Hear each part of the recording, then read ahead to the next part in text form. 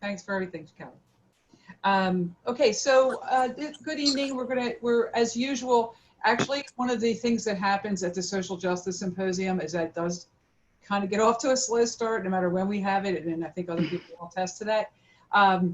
And people will come on, and hopefully they'll, there's, like I said, there's 55 people registered for the event, and we are recording it. Some people said they wanted to see it, so they could see it later at their leisure when they can watch it. So this is actually our 7th annual Social Justice Symposium. And the main issue that we're focusing on this year is race, equity, and inclusion. So, during these trying times that we've had, with all the things going on, we have a lot, we want to ask ourselves, how do we find our way through the paths that we're going ahead? The road's long, it's complicated, etc. But, we have gathered here today people from the community that are, in the fields of education, policing, healthcare, all kinds of things. And, this will help us to shed some light on some of the issues. So I wanted to say a couple things that, that just one of the very, very, very small things that we start with, which is about St. Basil, who is the founder and namesake of the Sisters of St. Basil. The reason that, so he was like a rock star back in, AD, 300 AD. He started his own Basiliad. He had a soup kitchen. He had all kinds of other excellent things he did to try to help save people from, things that they couldn't really help themselves with. And he cared for the sick. He had a hospital. And when the sisters came to America, they did the same thing. They came in 1911. And, a lot of these traditions, it was really important to them. I'm on the legacy committee, and many others are, because we want them to continue. They want to, continue with their thing. So we have on campus, we have the food pantry, is also called the Bird Feed, where we help with students with food insecurities. We have the breathing room, and Dr. Crosby's involved with that a lot. I'm involved with the career wardrobe with the students from the Society for Justice, Law, and Policy, very long name. And, we try to keep that in the spirit of the St. Basil and the Sisters. So the format of this event, and I know I've spoken to the panelists, I'm telling the other people here, we have now, it looks like we're up to 40 participants, that we're going to just have everyone tell a little bit about themselves. And so I when I made a schedule, I did it like we always do the Social Justice Symposium, the other 6 that were in school, where everybody went for about 20 minutes, and then, we did some Q&A, and we switched speakers. However, what I thought would be more interesting, because it's a panel and it's Zoom, and I've seen so many of these that seemed, long, not in a good way, we want it to be more interactive, was that everybody could do, 10 or 15 minutes about what their perspective is, and then we could, and what they do and things like that, and then any Q&A, and then at the end we would just have a panel. The panel can talk to and answer questions, general questions, something like that. I'm just trying to, and this is the first time we've done this, so I have to be honest, I'm not really, I've seen a lot of Zoom meetings and things like that. Of course, I've been a lot of them, but I wanted to keep this in the spirit of social justice. So I think that it's just going to work out however we do it. But the students and attendees will use the chat feature, and they'll make sure that, we'll get that to you. I have some questions from students that I have prepared here that I can ask. And so, we'll just get started. I don't think there's I think that's it. If we have any problems with any unwanted visitors to the site here, we will take care of that. I won't tell you how, but we will. But we really have protected it so that, it's mostly our student, faculty, and administration that's here today. So, okay. So I've asked 2 of my favorite students, not that everybody else that's on honor is my favorite student, but my alumni, alum, Lisa Marie Lee from Paralegal, and she's going to introduce the first 2 speakers. So. Hello, everyone. My name is Lisa Marie Lee, and I'm an alumni of Manor College. And I'm happy to introduce one of the two or many guest speakers, first being Dr. Valerie Arkoosh. Dr. Arkoosh has served on the Montgomery County Board of Commissioners since she was first appointed to fill a vacancy on the commission in January 2015. And she has been the chair since November of 2016. Dr. Arkoosh is bringing innovative reforms to county government by improving services for children, veterans, and seniors, while ensuring an effective, transparent, and fiscally responsible government. She has led the efforts to eliminate street homelessness of veterans, streamline delivery of human services, increase repairs for county roads and bridges, and open 10 new miles of trails across the county. As a physician, Dr. Arkoosh is at the center of the county's effort to combat the opioid overdose epidemic and the current coronavirus pandemic. We are so lucky to have her come to our events at Manor College and amazed by her contributions to social justice issues. And we can't wait to hear about it. Without further ado, please join me in welcoming Dr. Valerie Arkoosh. Thank you so much. It's really an honor to be here with all of you today. Thanks. Do you want me to just share some thoughts, or Yes. do you want? Oh yeah, if you could. And then... So I think we're in just a very, very interesting moment right now. And in my position as chair of the Montgomery County Board of Commissioners, I have really seen every side of this pandemic. From the county's standpoint, we have the Office of Public Health, which is obviously one of the main agency within our county government that's responding to this health crisis. We also have a Department of Public Safety that works very closely with our first responders. So paramedics, EMS, fire, police, that sort of thing. And this pandemic has really been a very necessary merging of both of those departments within the county. We've had to work so closely together. This has been like nothing that any of us have ever experienced before. But I think also, and very relevant to this conversation this evening, is that this pandemic has highlighted very deep issues that were pre-existing prior to the pandemic, but issues around inequities, social justice, clearly systemic racism, and it's been playing out in so many different ways with the impact on essential workers, many of whom cannot work from home and are individuals who have put themselves at enormous risk in going to work, and in many, many cases are Black and brown people and have really borne the brunt of infections and, sadly, in many cases, loss of life from the coronavirus. We've seen the impact on our healthcare system. I think the most recent number I saw is that 5.5 million people have lost their health insurance because that health insurance was tied to their job. Their job went away, and they lost their health insurance with it, and they weren't able to find a viable option depending upon where they lived and which state they live on the exchange or through Medicaid. Here in Montgomery County, we have about 59,000 people unemployed at last count. And a year ago, we had a 2.5% unemployment rate in the county. So it's really been a very, very challenging time, and one that has really brought to the forefront so many issues that we all knew were there, but we really see the impact in an emergency like this of inequities across our social systems.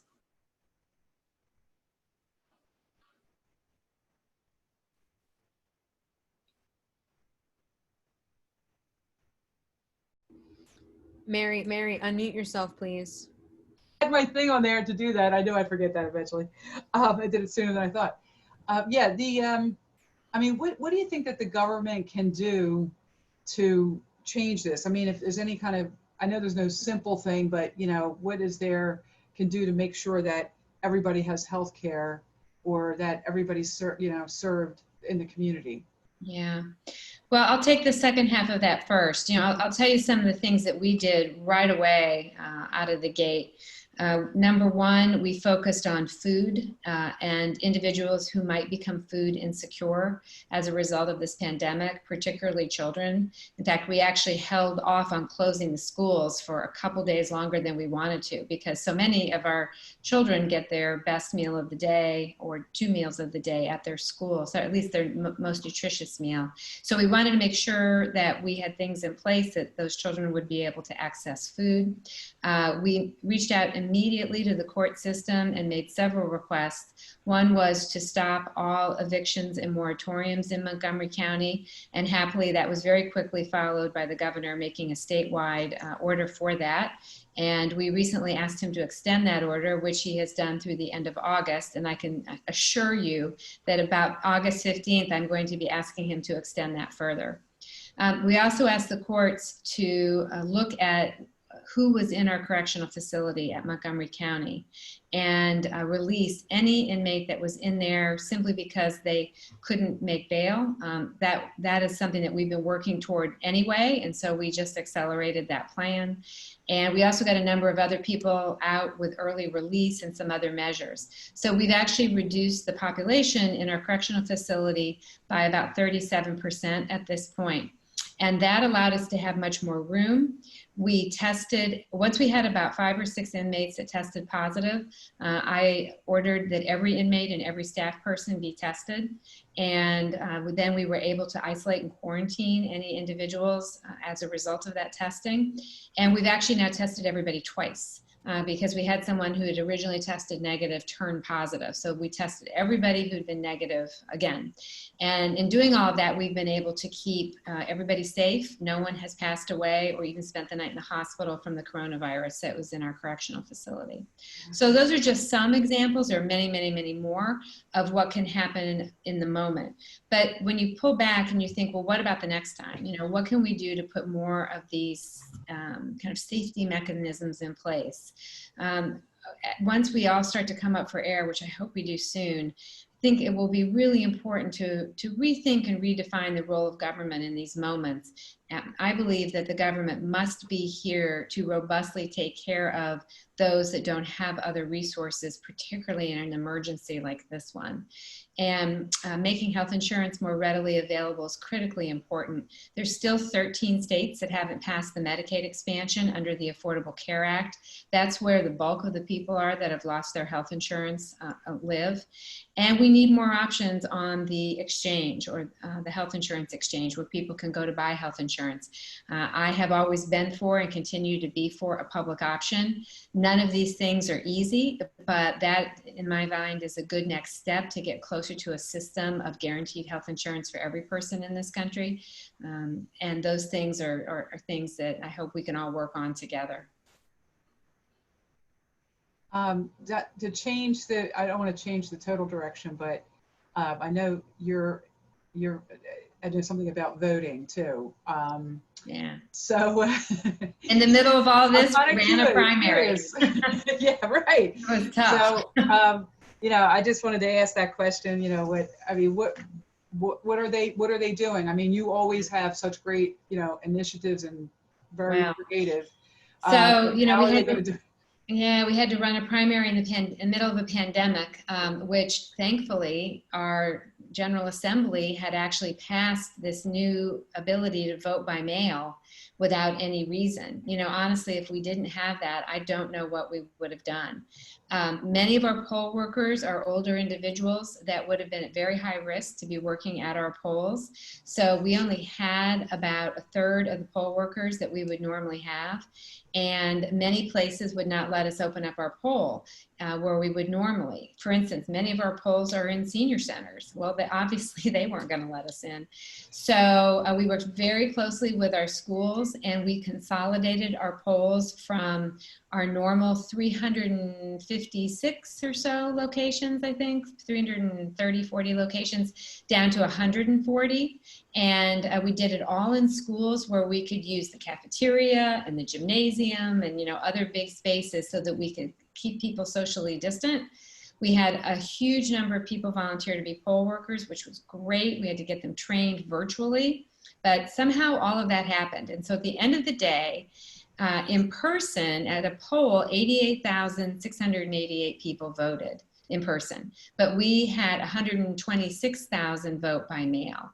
And we are certainly encouraging people to vote by mail this November as well, because I don't think by any stretch of the imagination this virus is going to be gone by November.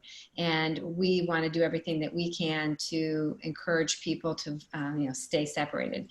So we're going to encourage people to vote by mail. We're going to set up drop boxes around the county so you don't have to necessarily put it in. You can mail it back, but you can also bring it to a drop box, so it takes one trip to the post office out of the equation. And we are exploring setting up some early voting sites that would have some evening hours or some weekend hours, because obviously, depending on an individual's job, they may not be able to get to the poll on election day. And if they, missed a deadline or whatever and didn't get that mail-in application in time, they could potentially not be able to vote. So we are exploring setting up a few early voting locations where a person could literally come in and vote, ask for a ballot, fill it out, and vote it. That's great. Good. That's great. Good to know. Anybody have any questions or anything in the chat for Dr. Arkoosh at all? No? Okay. So far, no questions in the chat, Mayor. Thank you. Mm-hmm. Okay, so that's great. Thank you very much. It's always a pleasure having you to come here. I hope it's going to be in school next time, but we don't know when. So thanks. Thank you. Okay, you ready, Lisa? Yes. So I have the pleasure of introducing our next speaker, and that would be John Dye Harrell.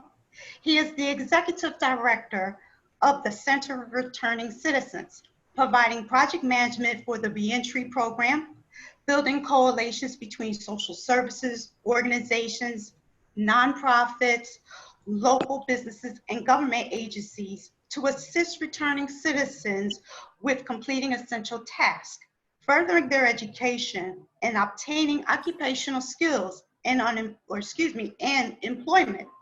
Mr. Harrell is a veteran of 25 years of mass incarceration and uses his experience in leadership to help numerous organizations at the state and national level. He is a writer, lecturer, and thought leader on topics of mass incarceration, social justice, criminal justice reform, police accountability, and ending racism in America. We're excited to have him here to talk about all of this. Good evening and welcome, Mr. Harrell. Thank you so much. That was a very impressive introduction. I hardly recognize myself. I guess I should start by saying that on April the 5th, in addition to many of the activities that I do, my father's 93 years old, and I'm one of his primary caretakers. And I went to visit him, for the weekend, and I noticed that his home healthcare aide was sick. And I called my daughter, who's a nurse, and said, come check him out. And she sent him home. And I believe that I contracted the coronavirus from him. And by that Monday, I was hospitalized. I was in hospital for 9 days and then quarantined 14 days, retested, quarantined another 17 days, and then I resumed my life.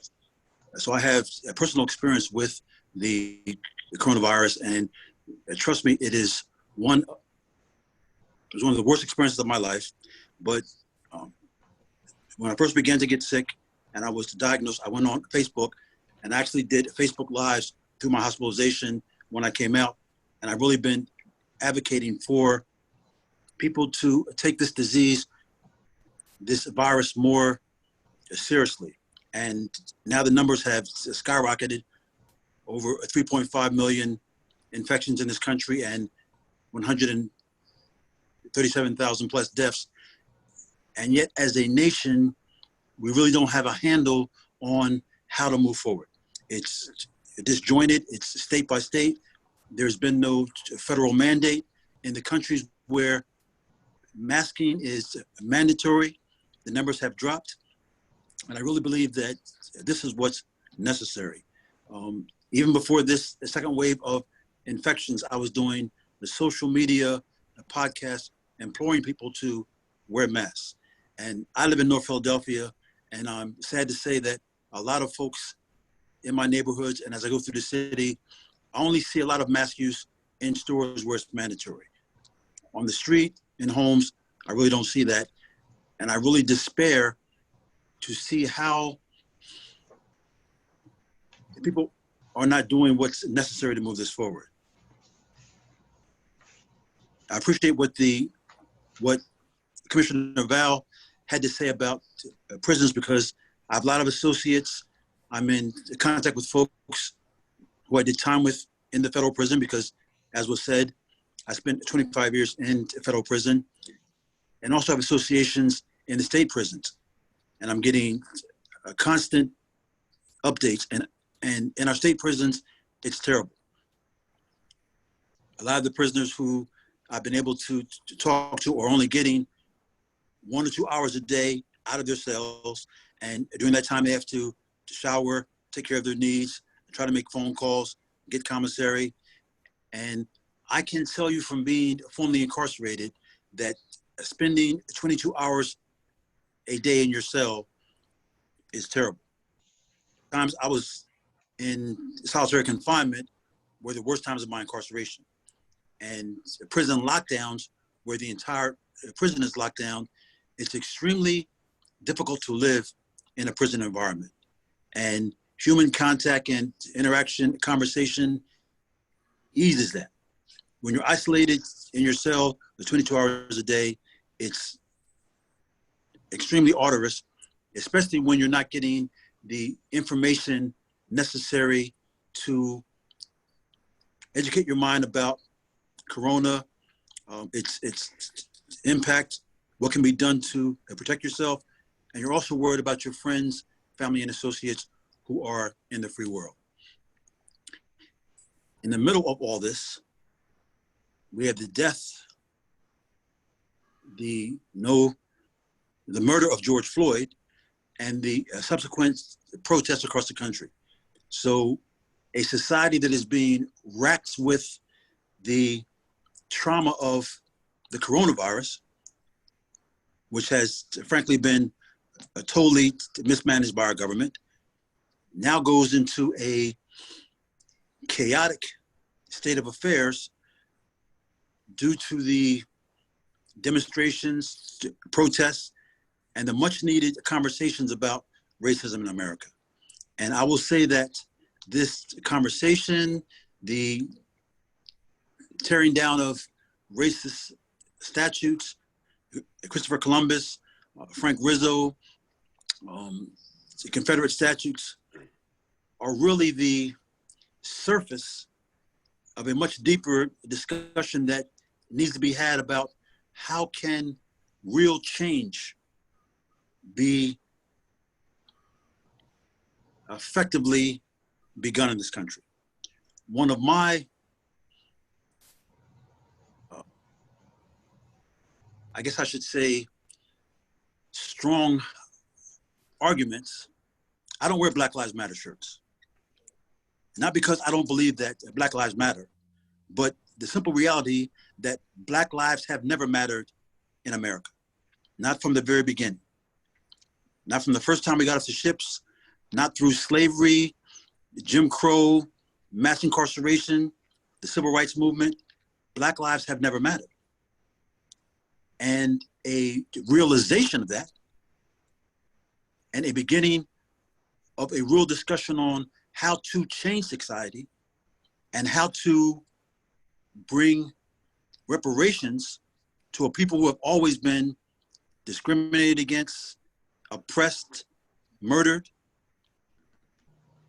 not just now by police, but by the authorities that have been in existence from the very beginning.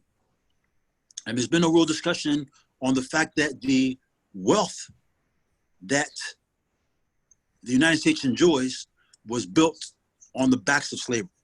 And all the huge corporations and banks and institutions and families who are in the 1% of that wealth can trace a portion of that wealth back to racist, oppressive practices that were the norm for our society. So I really believe that when we have this discussion, we need to have a discussion that is overarching and that is not utopian. I recently wrote an article on defunding the police, and I think that is a very misunderstood term. And I'm not in favor of defunding or abolishing the police. I'm in favor of restructuring how the police treat Black and brown people in America. The majority of policemen know how to police. And this is evidenced by how they police in Rittenhouse Square and in Montgomery County and in the wealthiest enclaves and the white enclaves in our society.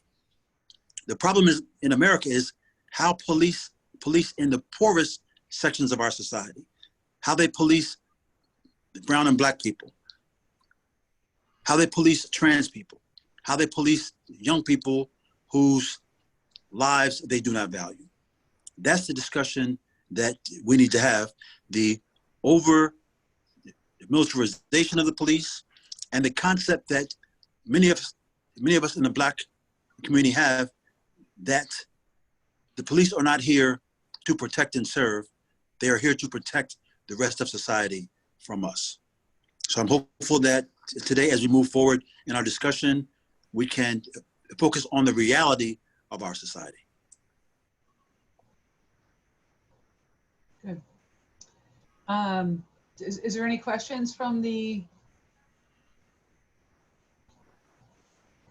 Mary, we did have a question from Helene Brooks. How come our government finds money to help foreign countries, however, we are not able to completely, unconditionally help our own? This might be a good question for Commissioner Arkoosh. And Mr. But if Harrell. anyone, you can figure out who wants to answer that. Go ahead, Commissioner. Yeah, that's a really good question. So the funds that are allocated for other countries are done at the federal level. And it is I have not served at the federal level. I serve at the county level. But I think it's a set of trade-offs that are made by people elected to the United States Senate, to the U.S. House of Representatives, and of course to the presidency of the United States. And it has to do with priorities. I think that in some cases, there's very, very important humanitarian spending that happens in other countries. I think about some of the work that's been done around HIV and AIDS and some of that work.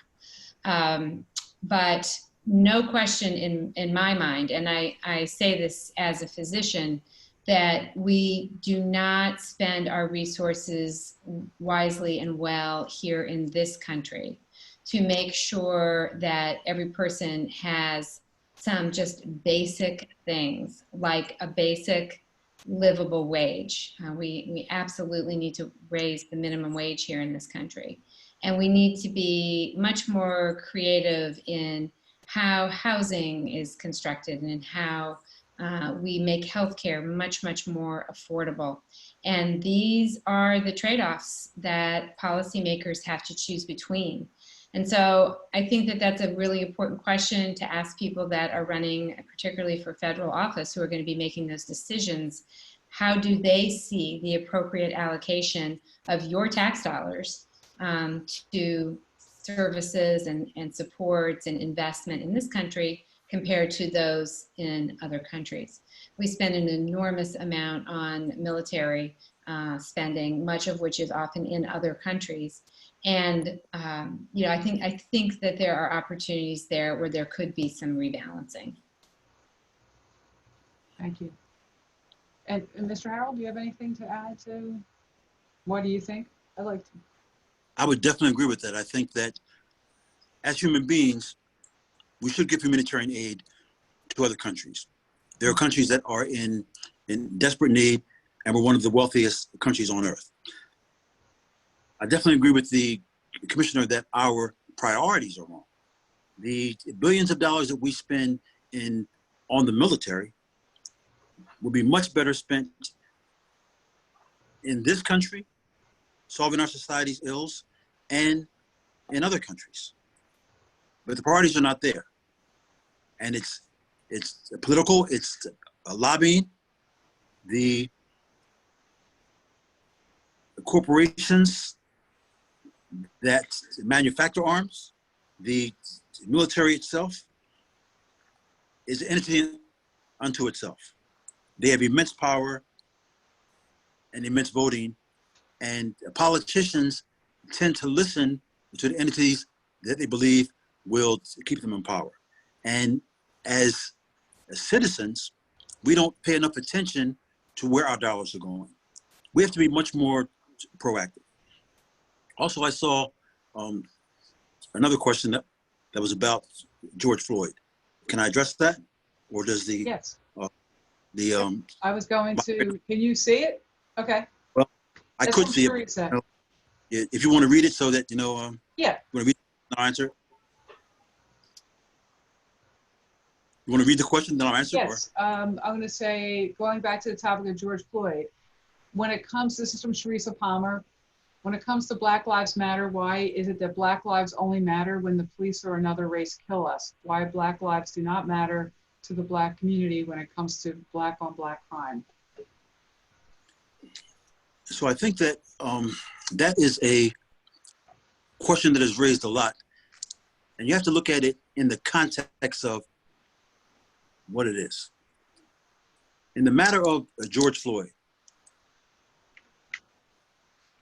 you had 8 minutes of a police murdering a Black man live on video, which we had never seen before, even though we have had other instances where Black men were murdered by the police, and we either saw the aftermath or the events leading up to it.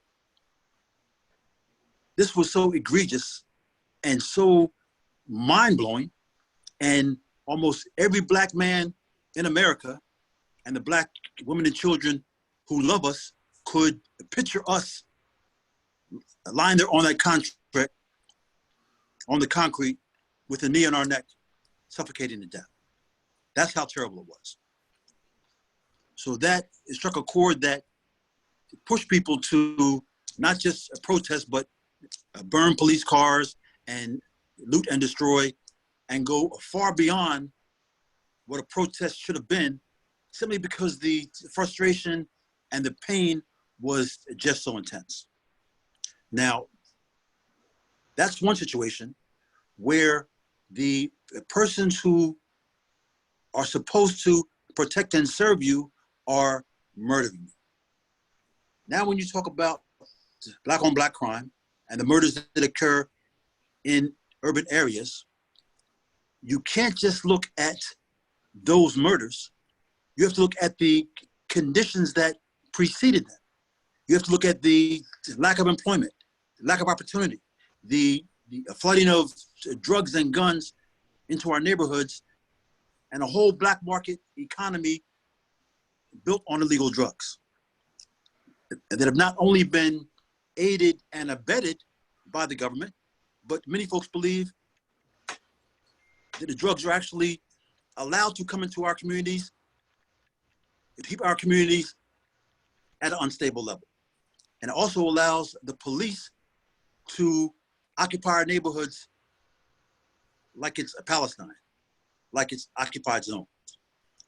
So you have a high level of murder and violence in Black communities that have been traumatized for hundreds of years. And it's not the same thing as a policeman killing a unarmed Black person. Black on Black crime is the same as white on white crime. It's the same as Asian on Asian crime. Most criminal activities are centralized in the neighborhoods and among the people where it exists. And this is not something that is really talked about. more murders are done in white neighborhoods by white people. Black people are not going into white neighborhoods randomly murdering.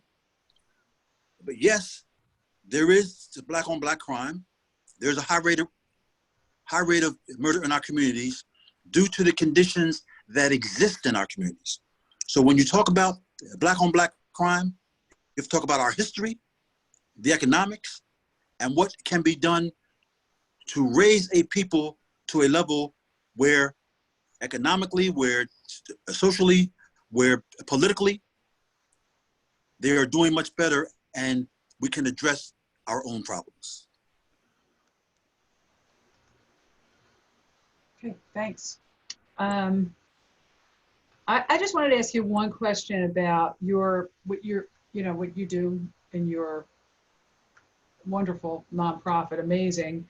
And it was just that when someone is released from prison and you're able to find them housing and a job and other resources, what is your best estimate for what the success rate would be in that? I mean, or from your experience, I'm just curious. It just seems like it's so such a great thing that you do that, hopefully it works. It sounds like it does, but. So let me say this, that when I first began this work over 10 years ago when I came home from prison, my thought process was that if I could help formerly incarcerated people find employment, access necessary services, buy a car, find a house, that would enable them to transition more smoothly. What I found over the years is it's much more than that. So just recently, we reincorporated and we moved from being the Center for Returning Citizens to the TCRC Community Healing Center. Because first, we have to heal from the trauma of incarceration, the trauma of violence and murder that's going on in our neighborhood. So many folks, when they come home from prison, are not addressing the trauma that they suffered while they were incarcerated, the problems that they were dealing with before they were incarcerated, and the trauma that you face when you first come home. Because you're basically restarting your life, and it's very difficult to restart your life at 35, 40, or mid-20s when you've lost 10, 15, 20, 25 years to the system. You also have to reintegrate with your family. You have to form new relationships. You have to make the decision to end toxic relationships, and sometimes that's family members, and that's very difficult, or folks you really love. And you also have to strive to build new relationships that are going to sustain you as you move forward into the future. So that's the majority of the work that we do. It's a lot of counseling. It's a lot of life planning. Many of our folks have never sat down with a pen and a pad or in front of a laptop and planned their life and said, these are the goals that I want to reach, and this is the process by which I'm going to move that forward. They've also never taken responsibility for their past lives. One of the things that is a part of the healing process is atonement, making atonement to folks in your family who you sorely disappointed, who had a greater vision for you than you had for yourself, who spent years sustaining you while you were incarcerated.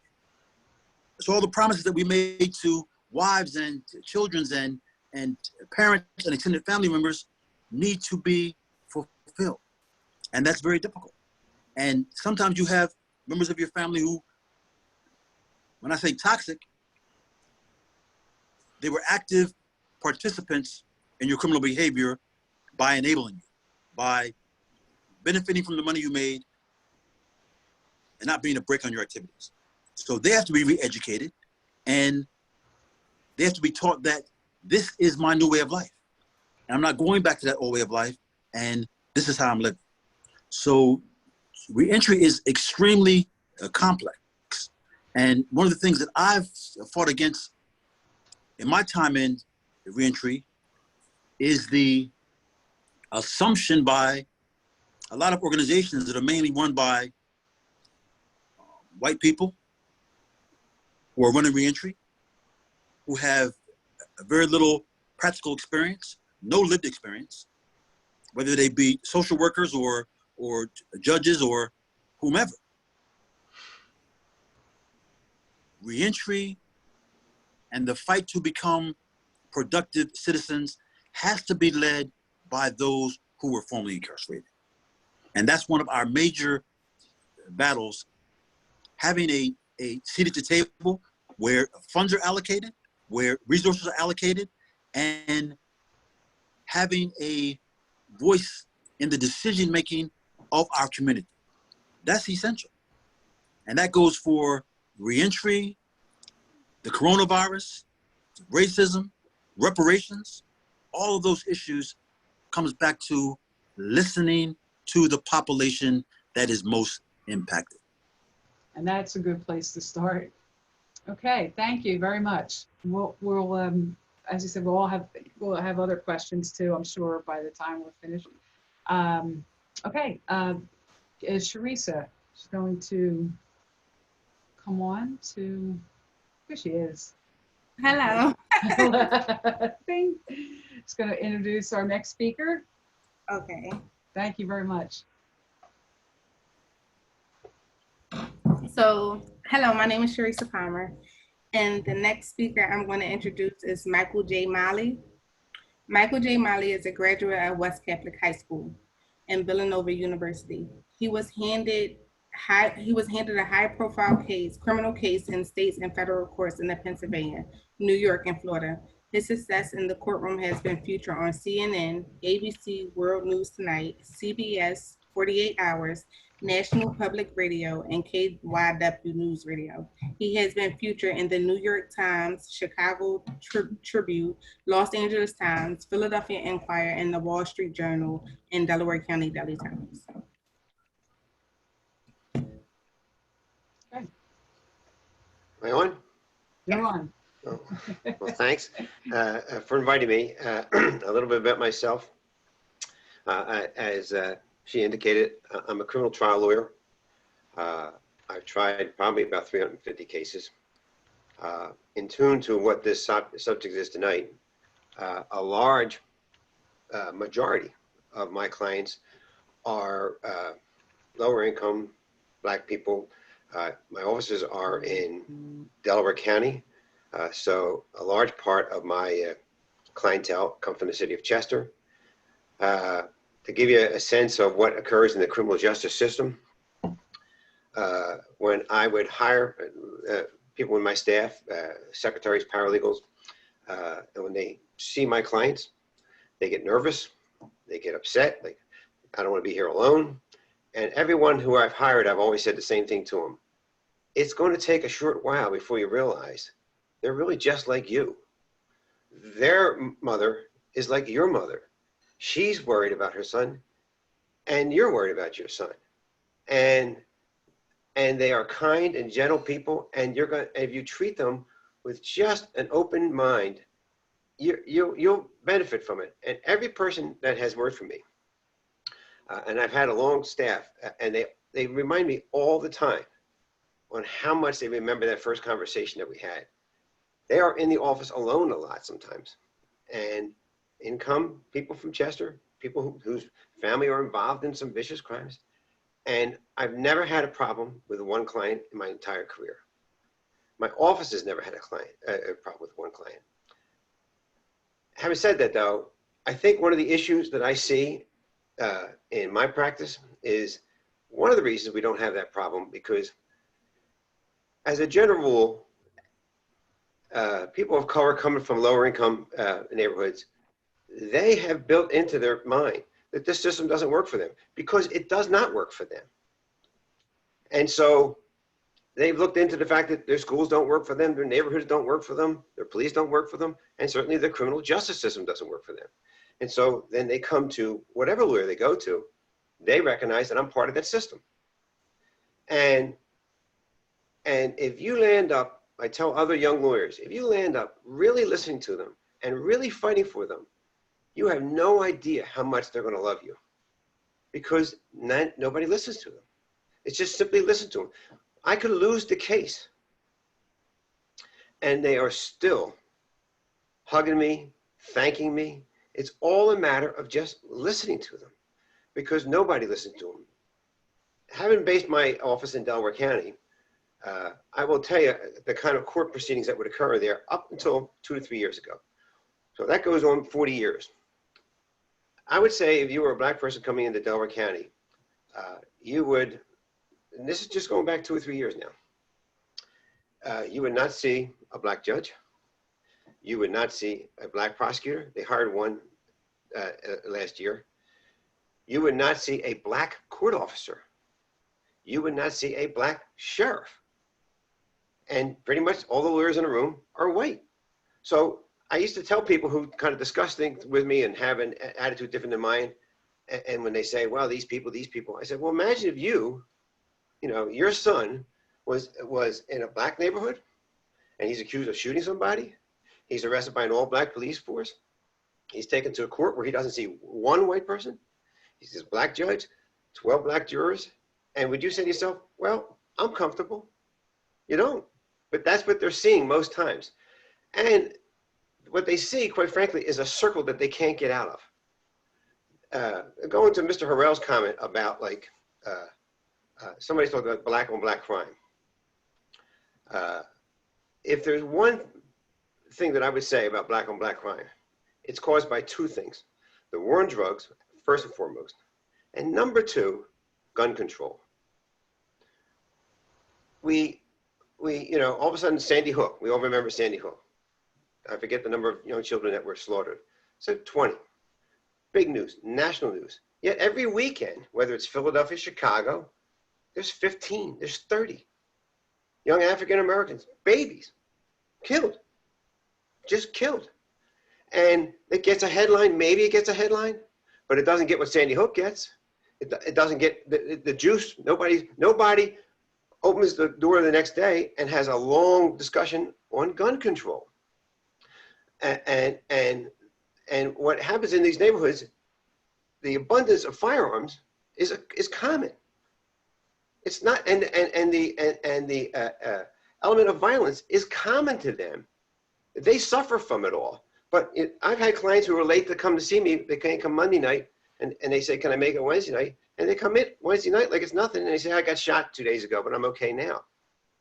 And it just always bothered me that we all talk about gun control, but we never mention where it's really happening. And again, I think it doesn't happen because they don't have the voice. Nobody listens to them. You know, if we had 15 shootings, say in Radnor or Havertown or wherever it may be, every weekend, we'd have a lot of noise. But these people just sit down there and they deal with it every weekend and every week. And the violence just doesn't stop. And the primary reason is guns. And they've gotten infiltrated with guns. They're jobless, they're hopeless, they're engaging in business of dealing drugs because they can make money. And that's an epidemic that nobody wants to address. In the same vein is the issue of what keeps them in that cycle in the criminal justice system is, as the commissioner noted, bail is a big problem.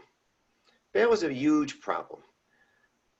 You know, if my son got arrested and somebody said, I need $5,000, my wife will run up and we're going to post $5,000. Somebody else says $50. They don't have $50. $500 is a massive amount of money sometimes. And you go back on the war on drugs, the number of times that people were incarcerated for bail, for marijuana. It's a massive amount of number. I was at a symposium last year at the Black Caucus, and Van Jones pointed out that the point was, when he asked the question, the ratio between white people incarcerated for marijuana and black people, and he said, is it 6 to 1? Is it 60 to 1? It was 600 to 1. So all those people were in jail for bail. Think about that. They can't get out. And then what happens a lot of times is because you can't get out and the system moves so slow, even though you didn't do it, you're like, I got to get out. I'll plead and take the conviction. So bail's a massive problem. The other big problem is probation. Probation and parole is a massive problem. It's a cycle you cannot get out of. You simply cannot get out of that. You're going to be placed on parole, you're going to be placed on probation, and you're going to be, say, 4 years on probation. You're brought in every day because you haven't paid your fines and costs, or you tested positive for marijuana. They then revoke your probation. Then they give you another sentence. And what was going to be a 2-year probation in the year 2005, you're still on it in 2020. You can't get off. You can't get a job because you're on probation. You got to report to the probation officer. It's a vicious circle. And I guess along the same cycle is with that, right? With the guns and the drugs. In those communities, you know, people always talk about what can we do to change it. And I think the commissioner may agree with me. And the number one thing you can do is vote, right? You can vote. Having said that, however, think about the number of people, especially in lower income, minority, Black communities, that have convictions for dealing marijuana in this war on drugs that's gone on for 60 years, that have convicted felons. They can't vote. They simply cannot vote. And that number is a massive number in the state of Pennsylvania. Just that number alone. Take away other nonviolent crimes that turn out to be felonies, but that number alone is a massive number. And so then when we all discuss about what we can do with this problem, we're basically saying, you know, how do we fix that hole? But we don't ask the people in the hole what they want. They don't have a voice to say, I'd like to vote. If I could vote, I think we'd be moving quicker towards legislation for criminal justice reform, because politicians look out the window and they look out the window and they see a crowd. And if the crowd yells Barabbas, Jesus gets crucified. It's as simple as that.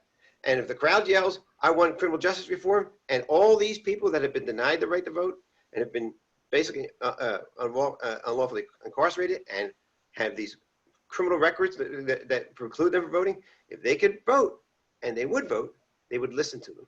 But in this cycle that we all deal with, that's really part of the problem. It's meant to keep them down, quite frankly, not just from the arrest, but from the poverty it begins with, from the housing problems that they have, from the health problems, as the commissioner pointed out, and the criminal justice system, and then we don't let them vote. So, and then people say, why doesn't it change? Well, because the people don't really have a full voice. Can I just ask you, I'd like to ask you just one question actually for this, because that was really, you know, great, very true. Just about, because you mentioned about the equal justice, like, do you think there'll ever be equal access to justice in a way that's really going to work for everyone? I mean, how to make it more equitable, and where can we start to do that? Well, am I hopeful for it? Yes. Do I think it will happen? Well, you know, the old joke is not in my lifetime, you know, but you're talking about a system that's been in place for 200 years. But, you know, even after they became, you know, emancipated, you know, after slaves became emancipated, you know, they didn't participate in the system. And so it's embedded into the system. It's not that, you know, and I don't really for a second think that, you know, when you go to that courthouse and you see those judges and you see those DAs, I don't think that they're that conscious of it all. I don't think that they say to themselves, well, this is a Black person, I'm going to do this. It's just natural at this point in time. They don't really see it. And so they say to them, your system needs to be changed. Well, they would say, well, let's hire a couple more, you know, Black probation officers. Like, that solves the problem. It's really, you know, my fear of what's going on now in the country is this will pass. This will pass, and this dialogue of change is hard. Change is ugly. Change requires a lot of noise, a lot of voices, a lot of anger, quite frankly. Once they realize that, then they may listen. But there's no motivation for them to change, I see. Okay. Well, thank you. Okay. Let's. Teresa, there you are. I'm looking for Teresa. Let's move on to the next speaker. Then we'll have the whole panel. We'll take a short break after that, and then we'll have the whole panel, and then Dr. Cherie, come on. Okay. So the next person I'm introducing is Mr. Mark Talbot. I don't want to pronounce your name wrong. Is that how you say it? You can laugh, yes. Okay, so Mr. Mark is the chief of police for the Norristown Police Department. In Norristown, Pennsylvania, he has more than 30 years of law enforcement experience, serving a number of roles for different agencies, including state agency director, police chief, deputy police chief, in charge of operations, vice narcotic commander, detective sergeant, parole sergeant, field trainer, office of parole officer, and corrections officer. Mark has experience and expertise in the areas of policing strategy and statistics, performances management, evidence-based policing, motivation, and leadership. Mark holds a Bachelor of Science degree in organization leadership from Penn State and is a graduate of the Senior Management Institute for Policing in Boston, Massachusetts. Thank you. Okay, one of the key factors that is going to let you know whether or not society cares about a community is to look and see who's there when people need help. If it's only the police, nobody cares about that neighborhood.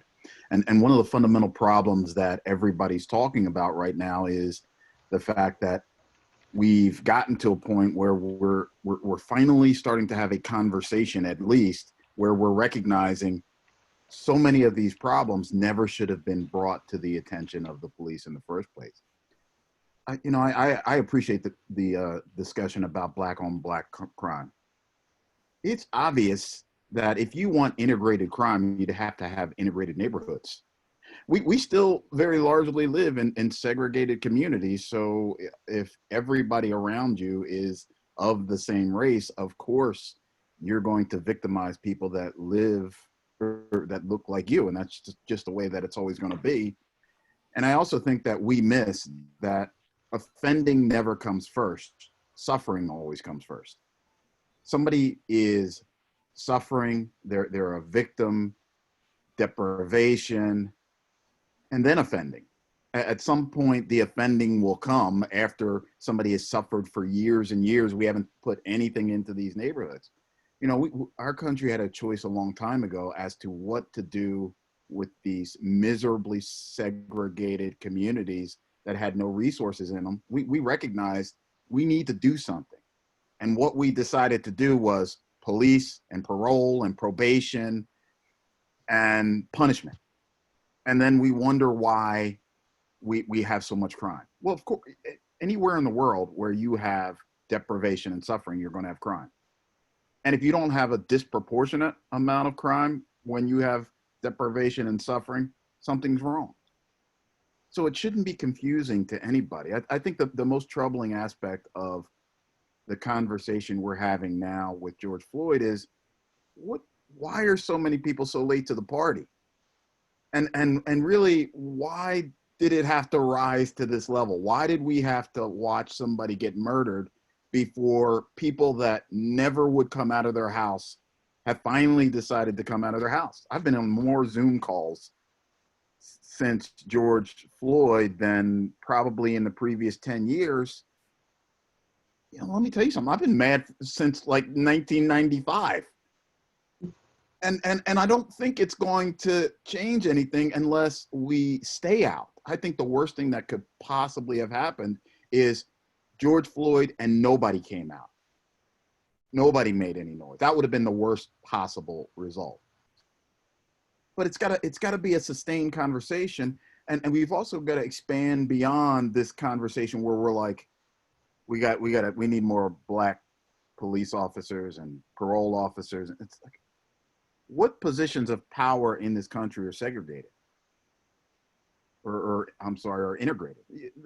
There are no positions of power in which minorities are proportionally represented. It doesn't exist. People say, how many black police officers do you have? How many black presidents did we have? Okay. They are related issues.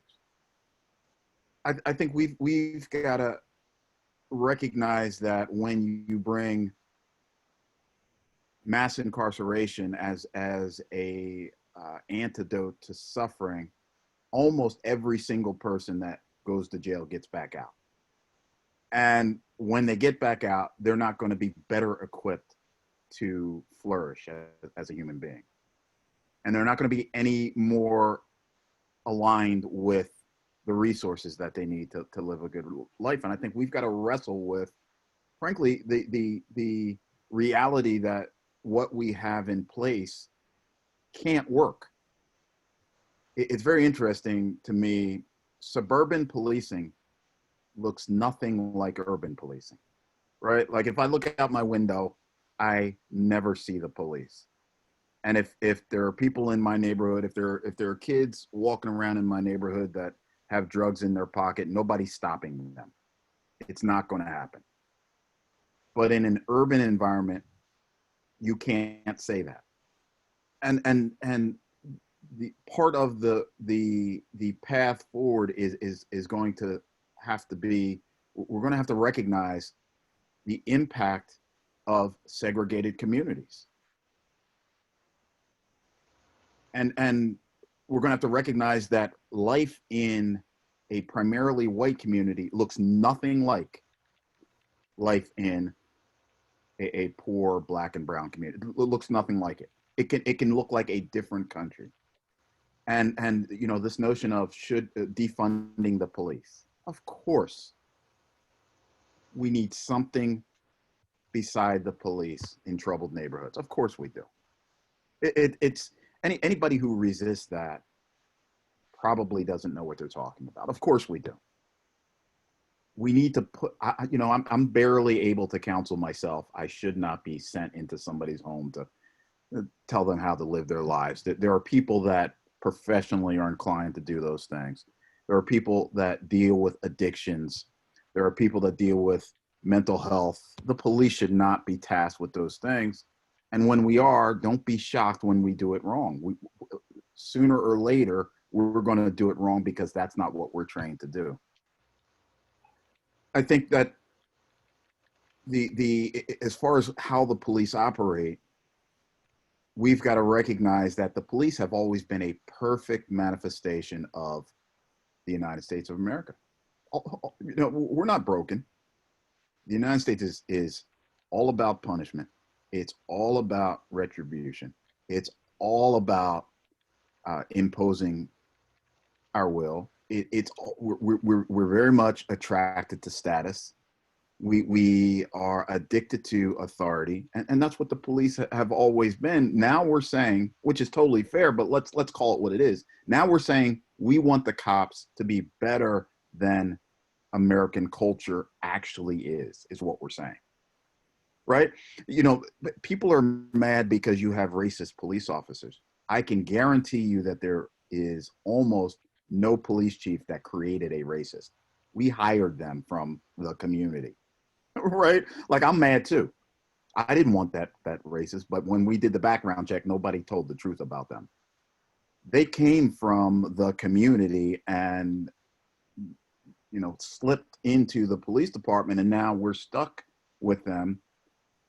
You know, I say that to say that there is a larger conversation about race that we're mostly in most form, we're not really talking about it, right? And the real issue is always going to be the police will work for the powerful, and it will, as it's designed now, rarely work for those who have no power.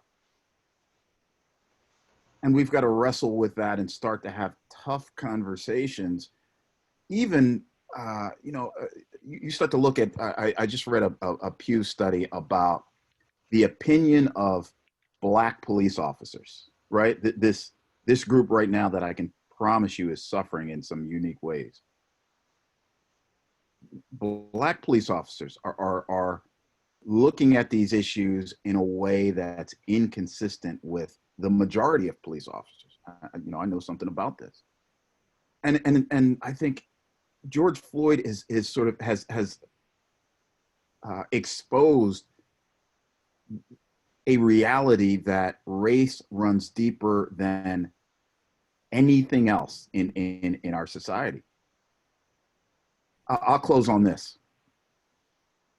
I can tell you with a great degree of precision how many white people committed crimes in Norristown, Pennsylvania last year, and how many Black people. Would you like to know how many Italians committed crimes, or how many people with red hair, or how many people of Irish descent. You have no idea, and neither do I. Right? We want to say that race doesn't matter, and at the same time, we communicate over and over again that it does matter. That the fact that we have decided to count crimes committed by different races tells you something. It tells you that somebody somewhere believed that there's a connection that matters. Why does it matter? Okay. That's great. I just wanted to, let me just ask you one question, and we're just going to take a short break and we'll come back. So how did the police officers come out to really against the bad apples that everybody keeps calling the bad apples in the police force? Is there anything that, is there any way that could change and make it that they would agree that this can't go on like this? And what is it that's keeping them from doing that besides the obvious? Yeah. Yeah. So let's play them. Let's give the whole metaphor, right? It is the bad apple spoils the whole barrel, right? We always leave that part out. So the bad apple itself is a huge problem. No group tells on itself, right? Like this phenomenon that we're talking about is everywhere. Teachers don't tell on teachers. Doctors don't tell on doctors. Lawyers don't tell on lawyers. That's part of the human condition. We've indicted poor communities. We say that there's this unique stop snitching.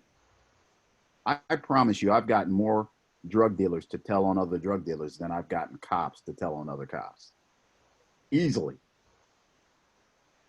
Are we going to change it? No, we're never going to change what is part of the human condition. You will not, we say to our kids, don't tattle. That's another way, right? That is the juvenile version of don't snitch. We teach our kids this. What we can do is we can change the norms that we're all operating with, right? I think that there are norms of behavior that we now say are appropriate that we need to get rid of.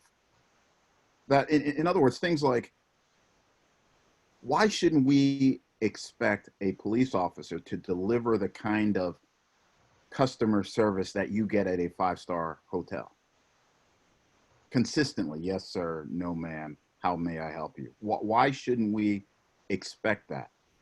That should be the rule.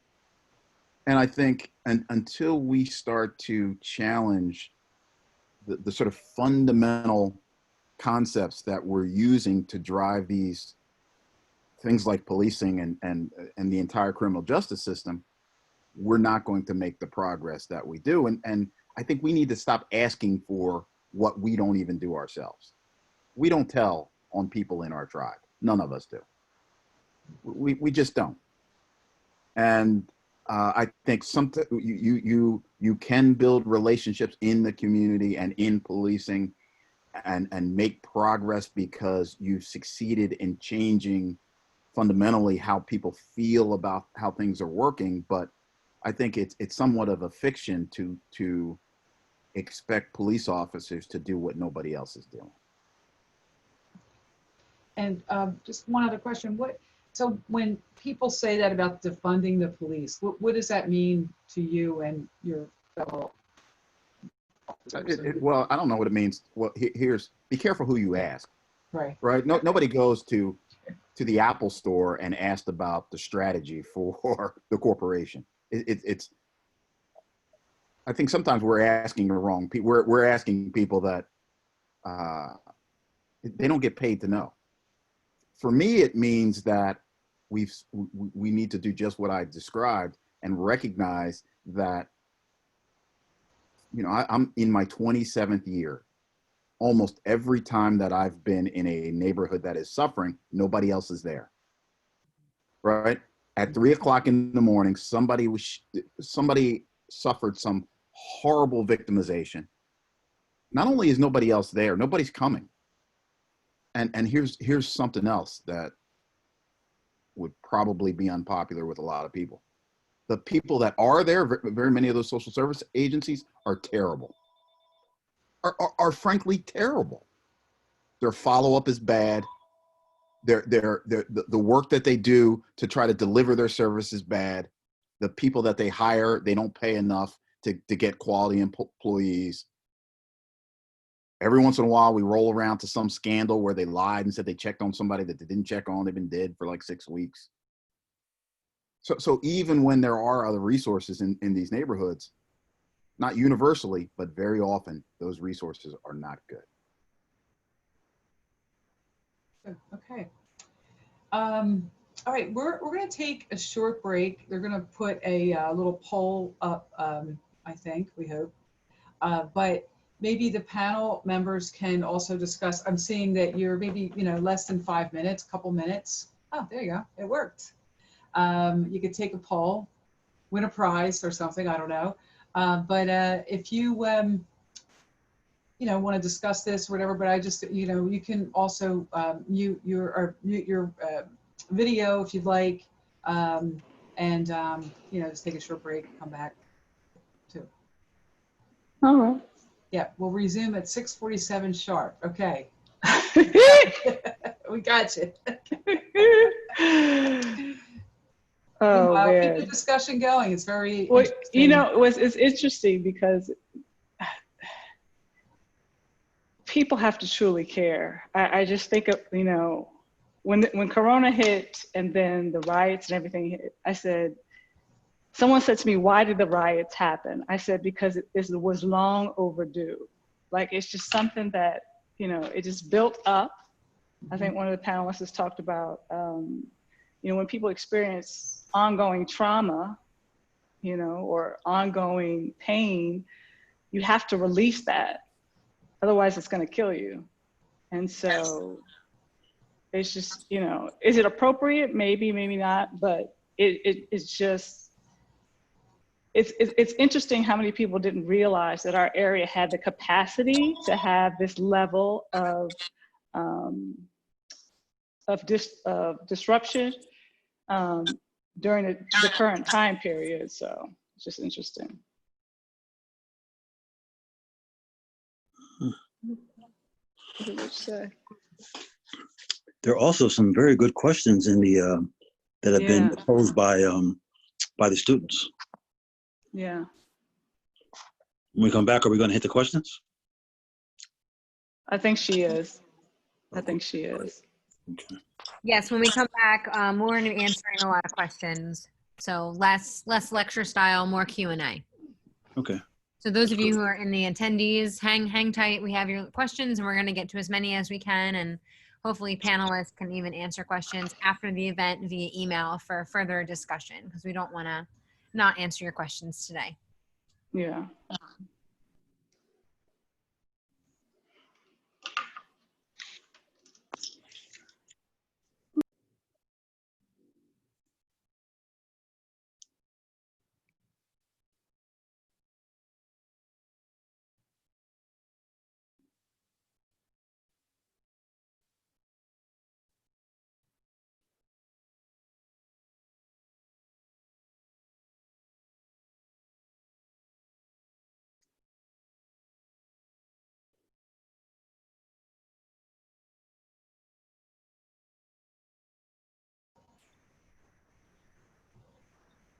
Everybody did jump off.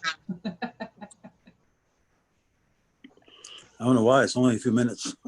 They're coming back. No. We didn't really,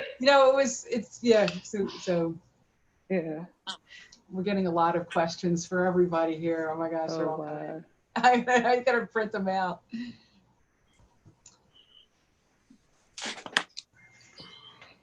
I'll be interested to see when I get home about my neighbors. But oh man. What about your neighbors?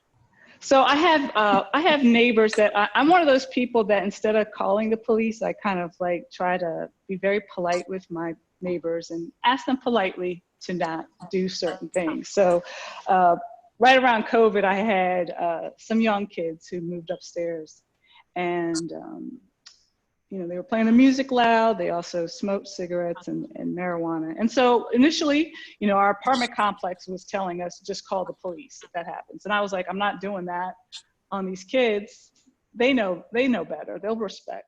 So I just wrote a note, you know, and they kind of stopped. And so I've been out of the apartment for a while, and my friend's been checking my apartment.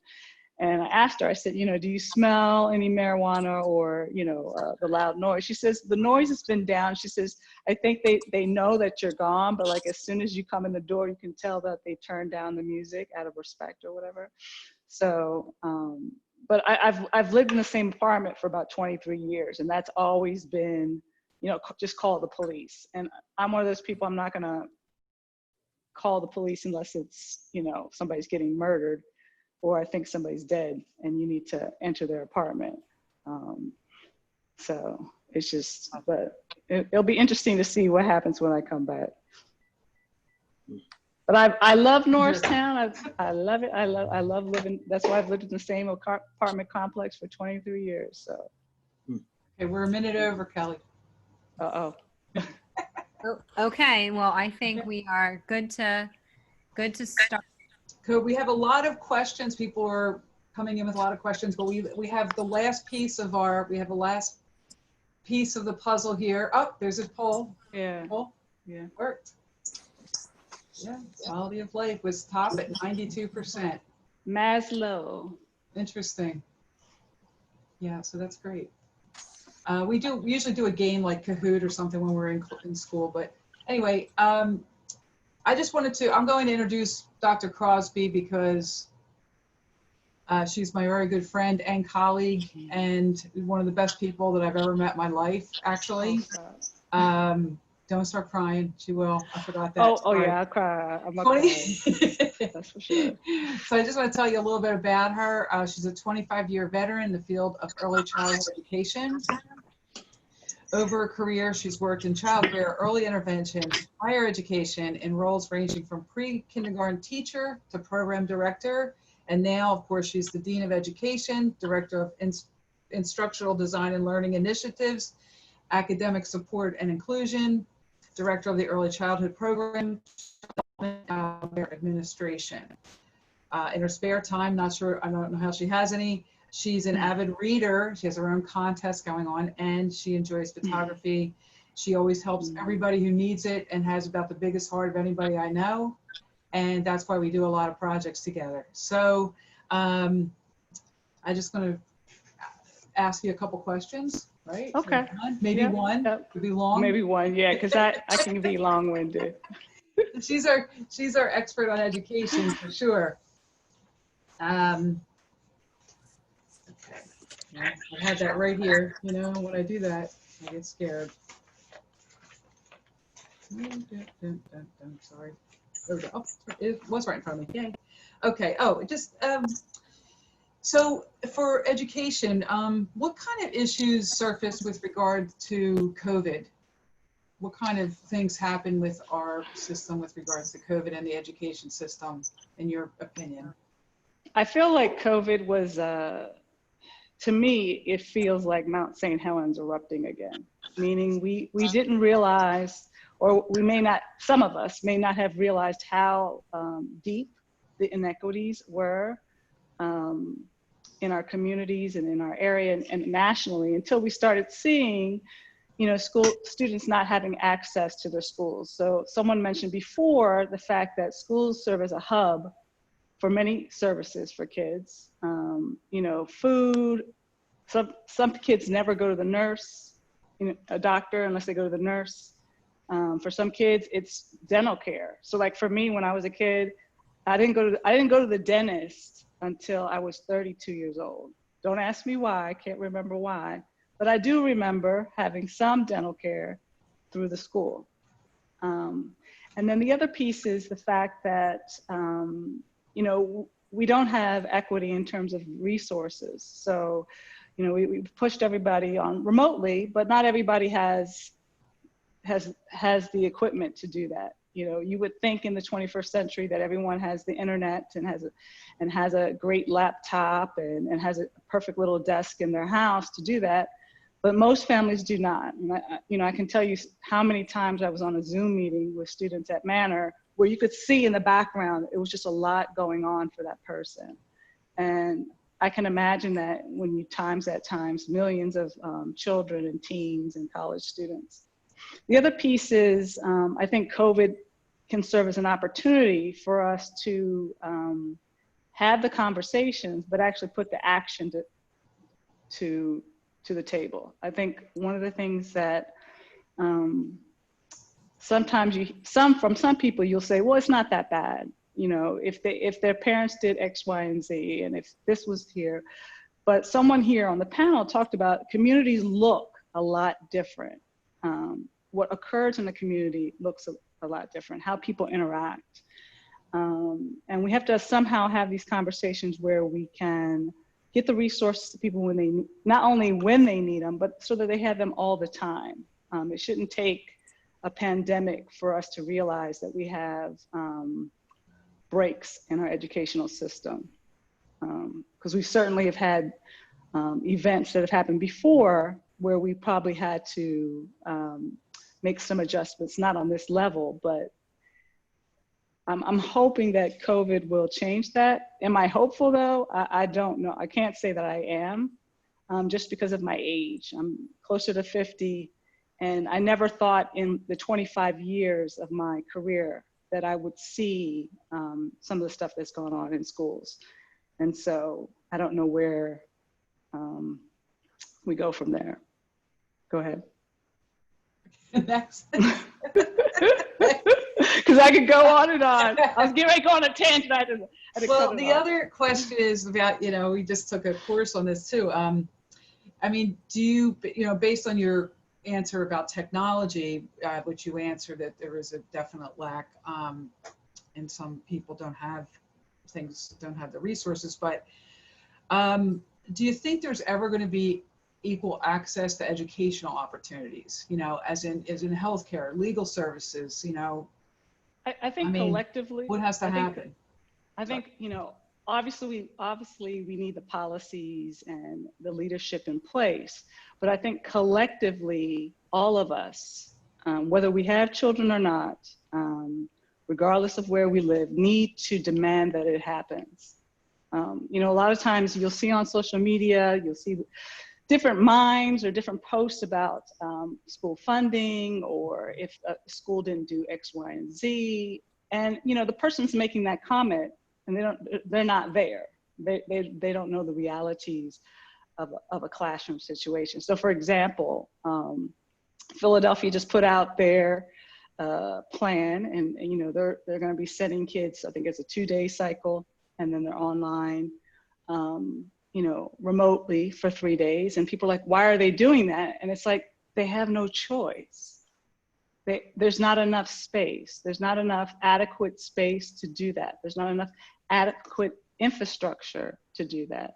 They're already at a deficit in terms of how many teachers they have and so forth. So, but we easily will make a judgment on that, not realizing that a lot of things need to be in place for it to happen. And the other piece is, I think people just need to educate themselves, especially the people that can make change, the people that vote, people that work in agencies that can look at their own agency, look at themselves and think about, are we perpetuating inequities, right?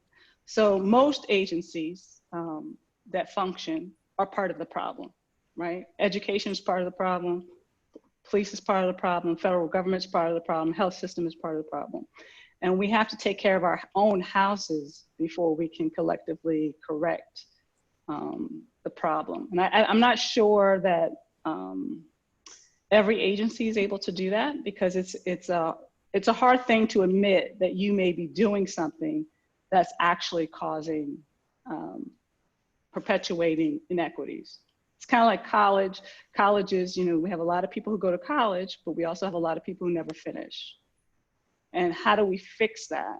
Or do we continue to say, oh, it's K-12 fault. And K-12 say, oh, well, it's the parents' fault. We have to think about what can we do and put in place and make sure that we have all the resources that we need to actually change the curve and improve the inequities. Because the inequities have been around. I mean, I'm 47, they were around the whole time I've been alive, and then certainly the whole time my father's been alive, and he's 70, he'll be 72 next year. So, and prior to that. So we have to figure out what we want to do, and people have to be willing to do it.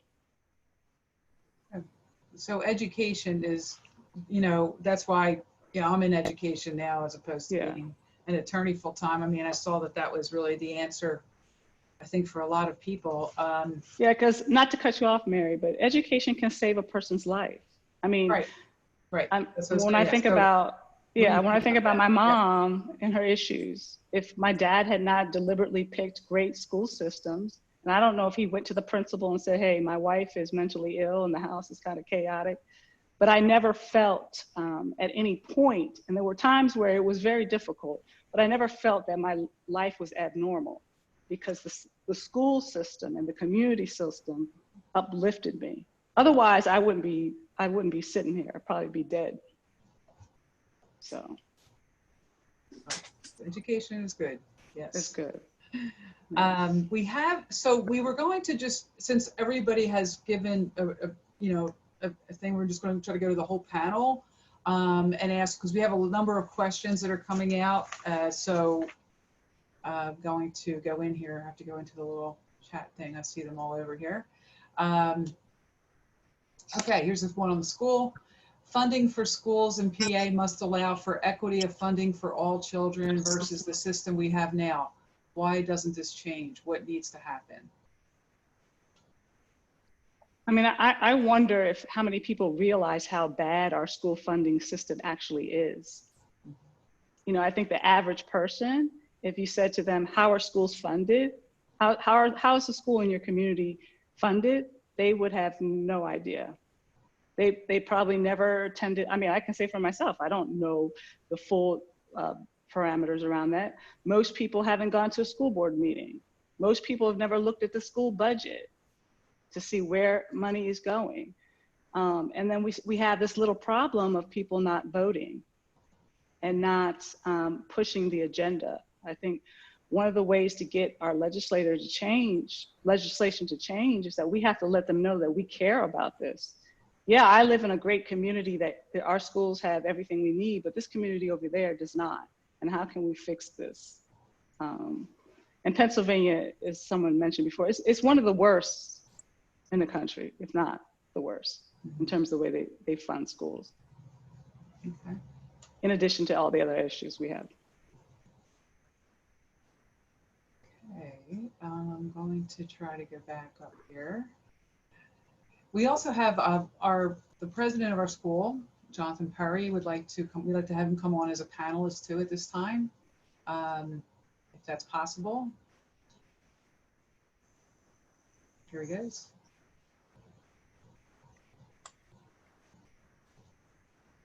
Okay. There he is. Hello there. Good afternoon, everyone. Dr. Perry, how are you? For all that you've shared so far. The program's been wonderful. Great. So we have some questions. All right, this is what will the Philadelphia school system do this year? Whoops, hold on. I have to put the screen up. Yeah, I'm sorry, I'm getting better at this part.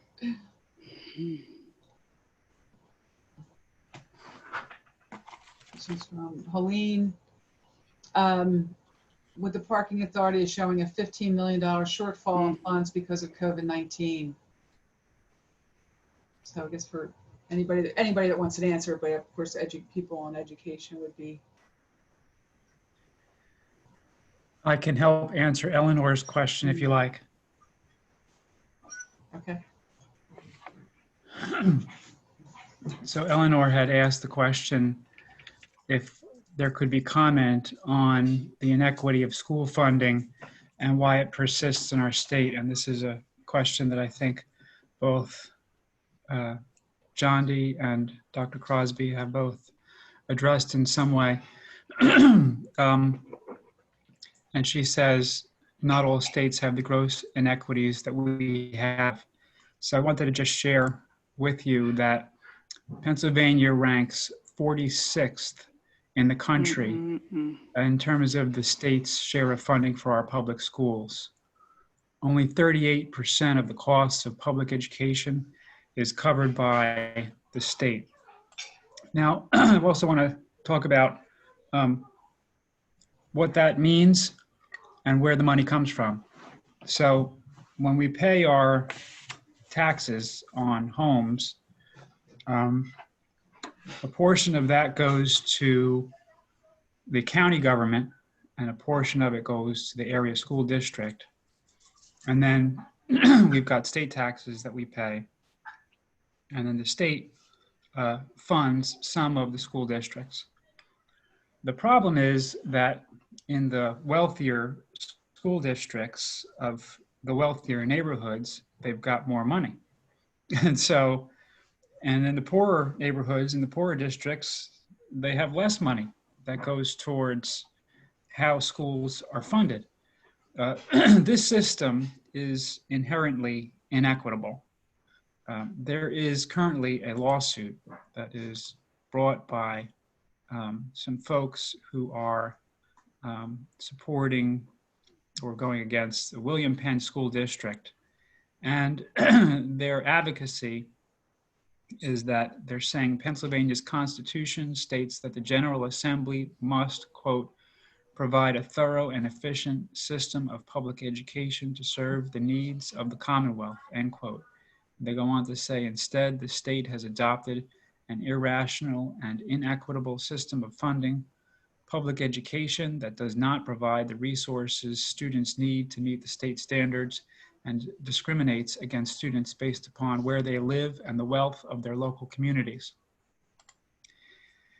So I happen to sit on Pennsylvania State Board of Education, which is a defendant in the suit, and I can't speak to the matter other than to say that I don't personally believe that the State Board of Education doesn't have the legislative authority to respond to the case. However, I do personally feel, and I'm speaking personally in that context alone because I don't want to create a problem for the State Board of Ed, but I do personally feel that the state funding system is inequitable. And I think that it's independently, objectively observable that it's inequitable. And the person, I sit as the chair of the Council of Higher Ed, so I deal less with primary and secondary education and more with higher ed. The person who sat in the seat 2 people before me was a gentleman named Dr. Michelini. And for years, for decades, he sat and he continued to say as openly and as loudly as he could that Pennsylvania's funding system is inequitable and it needs to be changed. And I'll tell you where the problem lies. The problem lies in the election process.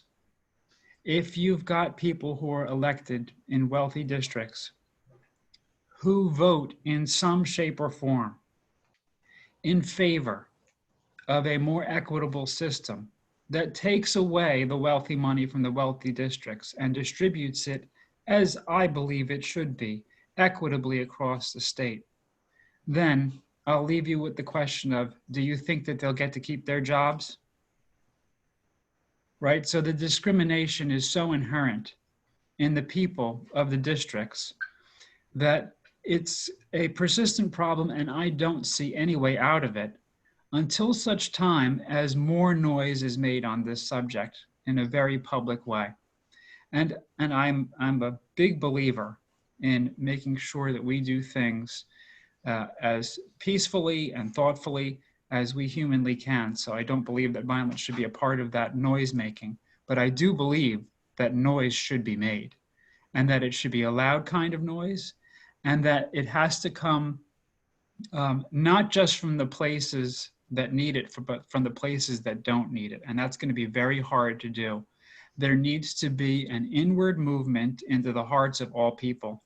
And that's asking a lot, but maybe that can be portrayed by conveying effectively the suffering that's happening. And, you know, we've unfortunately have the video of Mr. Floyd's murder.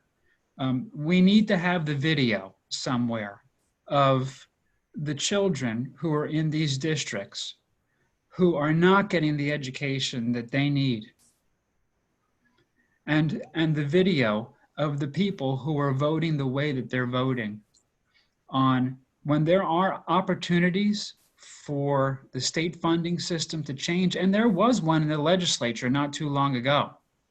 We need to look at how those people are voting, and we need to make sure that there's some coalescence among our statewide community to make a change here.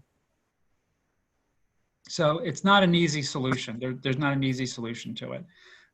But it has to happen, because how can we be, here we are in the north, in the Northeast, and we're ranked 46th in the country. It's pretty outrageous, if you ask me. Yeah. Thank you, Dr. For Dr. Arkoosh, from Chris Shuttle, what are your thoughts on opening up the schools in September? Do you think Montgomery County is going to have a similar plan to the Philadelphia School District? Well, so we're situated very differently than Philadelphia. We actually have 22 school districts in Montgomery County, and they each have their own elected school board. So myself and some members of our Office of Public Health have been working very collaboratively with our superintendents for the last many weeks. And today we actually issued our guidance on opening for schools in Montgomery County. It's pretty similar to the state guidance. You know, there's some tweaks around the edges, but nothing, you know, nothing major in conflict. And it will ultimately be up to each of those school districts to decide what they're going to do. But it is my understanding that most, if not all of them, do intend to open for in-person learning in September, given where our numbers are here right now in Montgomery County, which are in a pretty good place, and we're just struggling to keep them there if everyone, getting people with the program. And I think, though, that this is a really an issue where people really have to understand the big picture. Much, to speak to some of the issues that Dr. Crosby mentioned earlier, our schools are so much more important than just a building for people. And we have to acknowledge issues around food, issues around parents being able to go back to work and not having a safe place for their child. We have a lot of concerns in a number of our communities about what might be going on with child abuse, and nobody has eyes on many, many children right now, and that cuts across economic and many other kinds of boundaries. We have kids that have very special learning needs that cannot be replicated in the home. And we've also learned from the spring that kids that are in lower school, and even to some extent in middle school, even if they have perfect internet and a great device, they just struggle to learn online. And it really necessitates the presence of an adult guiding them and helping to engage them. So when you put all of that together, if these schools don't open, the impact is going to be very, very substantial. And it will prevent a number of parents from going back to work. And if we don't solve some very real digital divides, even in Montgomery County, there will be some I think, almost irrecoverable losses to some of these children's education. So we've been working collaboratively to get the schools open as safely as possible, with as many students able to attend as possible for as many days as possible, fully acknowledging that you cannot make any school perfectly safe. There will be coronavirus cases in every school, and there's just no other way around it. So, what we're urging our schools to have is a dialogue with their families about each family considering their own personal risk. What is the health of the children? What are the health of the parents or other members of the family who might live in that house? What is their risk for developing serious complications if they do get coronavirus? and having to make some individualized decisions in that way. And all the schools should have some ability to go have a virtual component. Some are affiliated with online learning through charter type or homeschooling arrangements. So there's a lot of different models out there across our many school districts. And it's going to be a little bit of understanding where you live and what precisely your school is doing. I think it's very also important to point out that in Philadelphia County, when they started the online school, only 57% of the enrolled students participated. Right. And that's a terrible stat. I mean, even though we have serious health concerns, when you have 42% of your students who are not doing online learning for whatever reason, the system clearly is not working. Yeah, I agree. I think, and the reasons for that are many. And it's just, it just is not something, it's not a switch that can flip overnight, that these institutions can just suddenly become great online learners. The teachers need training. The teachers need to learn how to teach this way. It is a very complicated situation. And I think we just need to be as supportive as we can of our schools. Our superintendents in Monco are heroes in my book. They are dealing with constantly changing guidance and instructions and parents and school boards, and they're just trying to do their best, and we need to help them. We need to support them. They need to hear from the people in their communities about what the community needs. This really has to be a collaborative effort. We've worked with them on this guidance in a way that was very collaborative. We've worked to really give them options around spacing and masks, and if students can't be 6 feet apart in some classrooms. So maybe in those classrooms, the students have on a shield and a mask, sneeze guards. I mean, we've worked with them through all of these details to try to help them help their students be as safe as possible and their teachers as safe as possible, which is what everybody wants. So it's complicated. And we're going to have to, together as a community, work through this and really listen to one another about what different communities, different schools need. Thank you. Another question from Mike Landis. If the dominant ethos that has translated into systematic inequalities is generated by the 0.01% who control the means of production, reinforcement, and propagation of this ethos, what is the most effective way of tangibly transforming this ethos?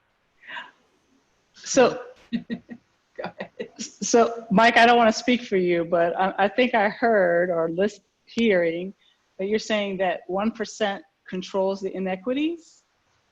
I'm not sure if they do have the power, but I think collectively, again, as citizens, we all have to care, and we all have to push back when we see inequities. I mean, I can't tell you how many times over my career I've either seen something or somebody has told me something, whether it was a school or a college or an organization, and you're just like, why?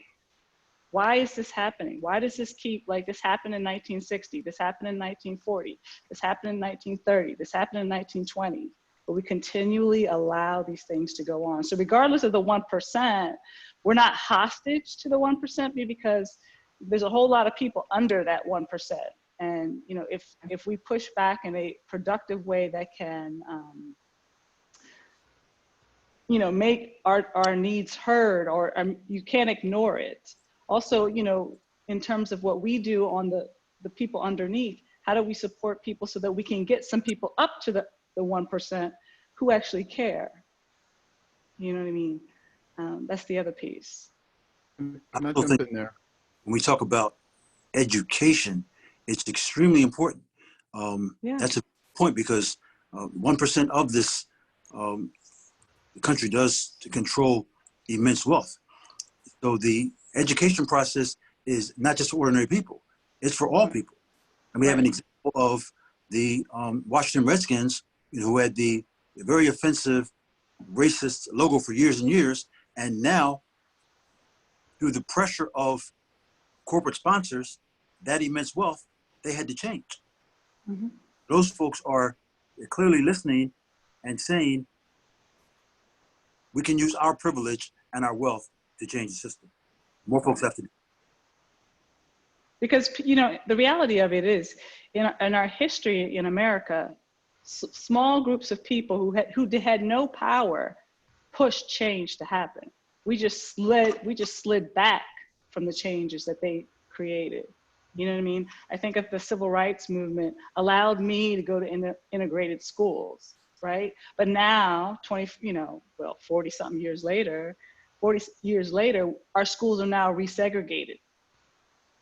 You know, all that work to integrate, they're now resegregated for various reasons. And so we have to use our power, which is our voices and our voting, you know, what we do in our own organizations in our daily life. And the other piece I would say is how we use our social media. I mean, I can't tell you how many times people put stuff that just creates more problems. It's not helping. It's just not helping. So. I could jump in there real quick. Mm-hmm. I think caring needs to look like something. You know, if you care, somebody should be able to see by your behavior that you care. I think that there is a very small percentage of people, even now, there's a very small percentage of people that are actually doing something. And I think Dr. Crosby is absolutely right that there's been a significant amount of change in our country by people who, quote unquote, don't have any formal power or authority, but have just been committed to a cause and have achieved things. If the extent of our activism is, you know, brilliance on social media, it's not going to do any good. Mm-hmm. And I think we need to, I think we need to stop giving credit to ourselves if we think inside of us we or are for the right cause. You know, get up and do something about it. Go connect with somebody and make a difference in somebody's life. Reduce suffering in whatever capacity you're able to do so. If you have some extra, hand it to somebody else. All of us has something to offer. And I think, I think that the original question that was posed really does speak to a certain reality that the people that actually do decide to take a step will make a difference because most people won't do anything. Mm-hmm. Okay. Anything else, Mike, Malloy? You're on mute. Well, so I guess to follow up on the chief's response as that you should get involved, I think that is correct. And in every aspect of our system, whether it's our housing or criminal justice system, I'll give you an example. Only a few years ago, about 4 or 5 years ago, I was picking a jury. And at the end of it, when you pick a jury, there's a generic question of any other reason you can't sit. And 2 people raised their hand, a black woman and a black man. And then we went up to the sidebar, and before they come up, the judge and the district attorney kind of guessed wrong. They said, you know what, they heard what happened to this young man, what this young black man is accused of, and they're embarrassed by this young black man, and that's what they're going to come up and say, I can't sit because of that happened. Instead, the first person came up was the female, and she said the same thing as the other fellow did when he came up. He says, I've been in the courthouse all day long, and then I come up into here, and the first black person I see is sitting at the defendant's table. He says, and they both said, I can't participate in this system. Now, I felt, I can't say anything at that point in time, but I felt like shaking them and saying, that's the problem. You can't get so frustrated that you give up. You should have made a point to try to get into that jury, whether you would have made a difference, but you can't change if you don't participate. You can get so frustrated and so dejected that you can't participate. You're not really making any headway, I don't think. And I have just one thing to say, if you don't mind. I'm going to throw this out to the panel and maybe more to the attendees. I would ask people on behalf of a client of mine, Leroy Evans, to go to a site called astoryofInnocence.com. It's a remarkable story. All I will tell you is my client's been incarcerated for 40 years for a crime he did not do. I mean, we have abundance of evidence. He comes from, his mother was a sharecropper's daughter who was actually raised in a sharecropper's hut with her paternal grandmother, who was a freed slave. And up they came to Pennsylvania. And this son of hers, who was out of the Navy, married child, everything perfect, he's been in jail for 40 years. These are remarkable people. I've told anybody who's come in contact with them, that's why I ask you to just almost listen to the story. There's audio and video, but they are remarkable people. Every time I'm with them, I tell people they have changed my life. The mother has changed my life. Leroy has changed my life. It's really one of the best things I've done in my entire life. But I would ask you to go on to that site and join us. We've been fighting this for a long time. Just 3-4 months ago, we've been able to get a DA to agree to at least take a look. And we know the answers to every question, but we need people to join us. And so if you go on a storyofinnocence.com, it's a remarkable story. You can actually hear the killer, not my client, but the killer give an hour recording as to how he really did the murder. But more importantly, you can meet the mother. They are remarkable people. It's a remarkable story, and everybody who joins us is appreciated. Thanks, Mike. We still follow it at school. Yeah, I know, but I can never resist a plug because these people, no, it's good. It's good. these people are just exceptional. And I've always said, I've said to the district attorneys, go meet them. You'll change your mind immediately. But we're making headway finally. But we're like touching third. We can't get home. So the more voices that join us, the better. So thank you, everyone. We're getting ready to close. I can't believe we've been here for 2 hours. We did pretty good. So the question is, where do we go from here? I just wanted to quote Brian Stevenson, because of course I have to always say something like, yes, in the Social Justice Symposium, we can't get by without it. And just what we said, what everybody just said in this, the answer to that last question from Just Mercy, you don't change the world with the ideas in your mind, but with the conviction in your heart, not to give up, not to give up the fight. I just want to thank everybody for coming and educating us about different perspectives and from all these different areas. That's what it's about. So and then Dr. Perry would like to say something. Thank you, Mary. Thank you. I also want to thank all of our panelists. There really are just not words to express enough the meaningfulness of this conversation for our community, for our students, and I hope for others. I hope that everyone that is listening takes every word of it to heart. I know that I have, and I'm just really prayerful that this conversation will inspire members of our community to take the actions that have been discussed here tonight. So again, thank you to all of the panelists. I've known Mike Malloy for some time, very grateful for Mike's presence. We've known each other for close to 20 years. Thankful to really each and all of you, but especially want to thank Mary Sims, who normally does the Social Justice Symposium twice a year and has added this one. And as always, is a wonderful moderator. So thank you so much, Mary. Oh, thank you. No problem. My pleasure. Well, thanks very much, everyone. And we'll hopefully see you in school sometime soon. I really think it's, we talked a lot tonight about educating people. This was a wonderful discussion, and I'm sure your students really enjoyed it. But I think you should make a link available. This was recorded so that we can share it with the public. There were some wonderful, wonderful conversations and important points raised that could help to educate people who saw this. So, possible, that would be awesome. Okay, yeah, people are all commenting how much they liked it, which is great, and that we had a lot of people on for the summer. you know, so the summers where usually everybody scatters and really not around. So that was really good.